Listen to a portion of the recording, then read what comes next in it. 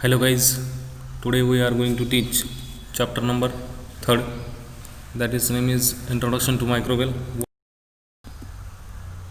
Today's topic, characteristics of the major microorganisms. First one is bacteria, second actinomycetes, third fungi, fourth algae, fifth protozoa, sixth virus, seventh mycoplasma or phytoplasma, and 8 नेमॅटोड्स. तर आजच्या लेक्चरला आपण characteristics of major मायक्रोऑर्गॅनिझम्स, हे जे महत्त्वाचे मायक्रोऑर्गॅनिझम जे आहेत सूक्ष्मजीव, त्यांचे आपण कॅरेक्टर्स याचा अभ्यास आज करणार आहोत. त्याच्यामध्ये 8 मायक्रोऑर्गॅनिझम्स आहेत. आता जनरली जर बघितलं तर यातले बरेचसे मायक्रोऑर्गॅनिझम जे आहेत ते आपण ऐकलेले आहेत. आता बघण्याचा विषयच येत नाही, कारण की हे मुळातच सूक्ष्म आहेत. ते बघण्यासाठी मायक्रोस्कोपचा वापर करावा लागतो.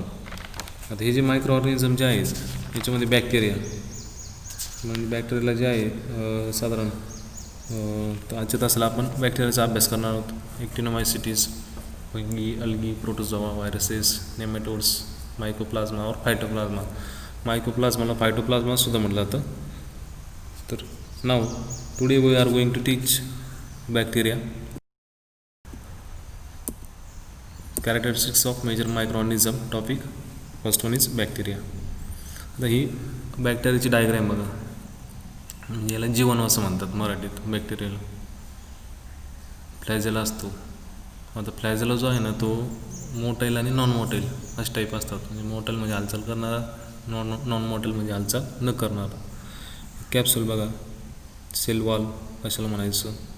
प्लाझ्मा मेम्ब्रेन कुठं असतो, प्लाझ्माइड, DNA, सायटोप्लाझ्मा, फिम्ब्रिया, त्यानंतर क्रोमोसोमल DNA, आतील जे स्ट्रक्चर आहे ते DNAचं आहे.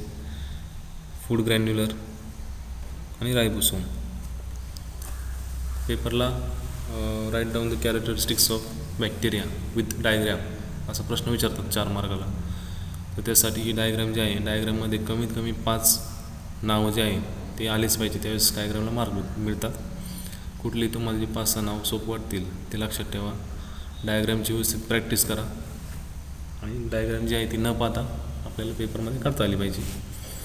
तर आजच्या तासिकेला आपण जीवाणू, prokaryotic, unicellular, achlorophyllous microorganism with rigid cell wall. याचा जो सेल वॉल जो आहे ना तो रिजिड असतो, म्हणजे जाड असतो थोडक्यात. युनिसेल्युलर आहे, एकपेशी असतात. त्यानंतर प्रोकॅरियोटिक, हरितद्रव्य विरहित असतात. म्हणजे उदाहरण याचं परजीवी असतात. हरितद्रव्य नाही म्हणलं की स्वतःचं अन्न स्वतः तयार करत नाही, दुसऱ्या अन्नावर जगतात. Then next, their size varies from 0.5 to 1.5 micrometer in thickness to several micrometer in length and 1.0 to 3.0 micrometer in diameter. याचा जो व्यास आहे तो 1 ते 3 मायक्रोमीटर असतो. थिकनेस म्हणजे थोडक्यात आपण काय म्हणतो याची जाडी म्हणता येईल. याचा म्हणजे पातळपणा जो असतो थोडक्यात 0.5 ते 1.5 मायक्रोमीटर असतो. आणि लेंथ जी आहे ती सेव्हरल असते, म्हणजे 2 मायक्रोमीटर, 4 मायक्रोमीटर, 4.0 मायक्रोमीटर, 5.0 अशी सापडू शकते. Then bacterial cells vary in shape but usually 3 types of shape have been recognise. ही जी बॅक्टेरियल सेल जी आहे, जीवाणूचे त्याचे शेपनुसार, आकारानुसार 3 प्रकार पडतात, 3 types. First one is spherical और यालाच इलिस्पोडियल असं सुद्धा म्हणतात स्पेरिकलला. याचं एक्झाम्पल आहे बघा, कोकाय. देन याचे डायग्राम बघा, कोकाय बॅक्टेरिया कशा असतात. पेपरला हे जे शेप्स आहेत स्पेरिकल एक्झाम्पल विचारतात, कोकाय. फिल इन द ब्लँक्समध्ये जास्त विचारला जातो.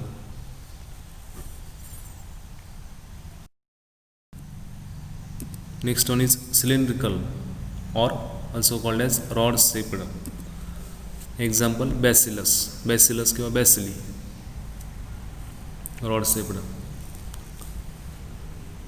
क्वेश्चन पेपरमध्ये the example of rod shaped bacteria bacilli किंवा the example of cylindrical bacteria म्हणजे रॉड शेप आणि सिलेंडर एकच आहे. एक्झाम्पल कुठलं आहे? Bacilli. Then next one is spiral or helical. Example spirillum. अशा पद्धतीने स्पिरिलियम बॅक्टेरिया असतात. त्याचा जो गट जो आहे स्पायरल और हेलिकल एकच नाव आहे. Fill in the blanks question पेपरमध्ये विचारतात. याच्यावर 100% विचारलं जातं फिल इन द ब्लँक्स. त्यामुळे स्पेलिंग जे आहे स्पेलिंग व्यवस्थित आली पाहिजे. स्पेलिंग चुकता कामा नाही. फिल इन द ब्लँक्समध्ये लिहिताना स्पेलिंग चुकली मार्क कट होतात. Then there are some bacteria which can exhibit a variety of shape and their cells are called as phylomorphic. आता हे जे बॅक्टेरिया जे असतात ह्याच्यामध्ये वेगवेगळ्या प्रकारचे टाईप भेटतात. बघा आपल्याला बघायला 3 टाईप्स आपण बघितले. व्हरायटी म्हणजे वेगवेगळ्या प्रकारच्या जाती झाल्या. म्हणजे कॉमन नेम बॅक्टेरिया असतात पण त्याच्यामध्ये वेगवेगळ्या प्रकारच्या जाती त्या ठिकाणी सापडतात. There are some bacteria which can exhibit a variety of shape and their cells are called as. पण यांचे जे सेल्स असतात पेशी जे असतात त्याला काय म्हटलं जातं? फिलोमॉर्फिक म्हणजे एकच जीव. फिलोमॉर्फिक म्हणजे एकच जीव म्हणजे फिलोमॉर्फिक असताना म्हटलं जातं मराठीत. याचे शेप जरी वेगवेगळे असले तरी याचं वर्गीकरण कशामध्ये येतं? बॅक्टेरियामध्येच येतं. त्यामुळे त्याला फिलोमॉर्फिक असं म्हटलं जातं. Then bacteria have simple internal structure and can be grown on artificial media in laboratory. हे जे बॅक्टेरिया जे आहे याचं साधं स्ट्रक्चर आहे. आता आपण डायग्राममध्ये बघितलं. And can be grown on artificially म्हणजे कृत्रिमरित्या जर तयार करायचं म्हटलं तर लॅबोरेटरी टेक्निक्समध्ये या कृत्रिमरित्या तयार केल्या जातात. जे आपण चॅप्टर नंबर सेकंड बघितलं pure culture techniques and concept. Pure culture म्हणजे काय सांगितलं होतं त्यावेळेस culture containing only one species of an organism called as pure culture. शुद्ध द्रावण. तर ते शुद्ध द्रावण जे आहे ते जर बनवायचं म्हटलं तर त्यामध्ये आयसोलेशन टेक्निक येते म्हणजे विलगीकरणाची वेगळेपणा. हे द्रावण जे असेल त्या द्रावणामधून ठराविक बॅक्टेरिया एका गटाच्या बाजूला करायच्या. आता ही जी प्रोसेस आहे आर्टिफिशियल मीडिया इन लॅबोरेटरीमध्ये आहे. लॅबमध्ये आपण कृत्रिमरित्या त्या तयार करू शकतो. Bacteria are either motile by flagella or non motile. तर डायग्रॅममध्ये जो वरचा फ्लॅझेला आहे तो मोटाईल किंवा नॉन मोटाईल असतो. Bacteria are either motile by flagella or non motile म्हणजे तो बॅक्टेरियाचा फ्लॅझेला जो आहे तो हालचाल करणारा असतो किंवा काही वेळेस हालचाल करणारा नसतो. Flagella locomotory organs are mostly present in rod shaped and spiral bacteria and are almost absent in rarely present in cocci. कोकायमध्ये फार थोड्या प्रमाणात फ्लॅझेला प्रेझेंट असतो आणि जास्त प्रमाणात रॉड शेप्ड आणि स्पायरल बॅक्टेरिया जे आहे त्याच्यामध्ये जास्त प्रमाणात तो प्रेझेंट त्या ठिकाणी दिसून येतो. म्हणजे प्रेझेंट म्हणजे काय तो हालचाल करणारा असतो. हालचाल करणारी बॅक्टेरिया सापडली की तिचं वर्गीकरण कशामध्ये? रॉड शेप्ड आणि स्पायरलियम.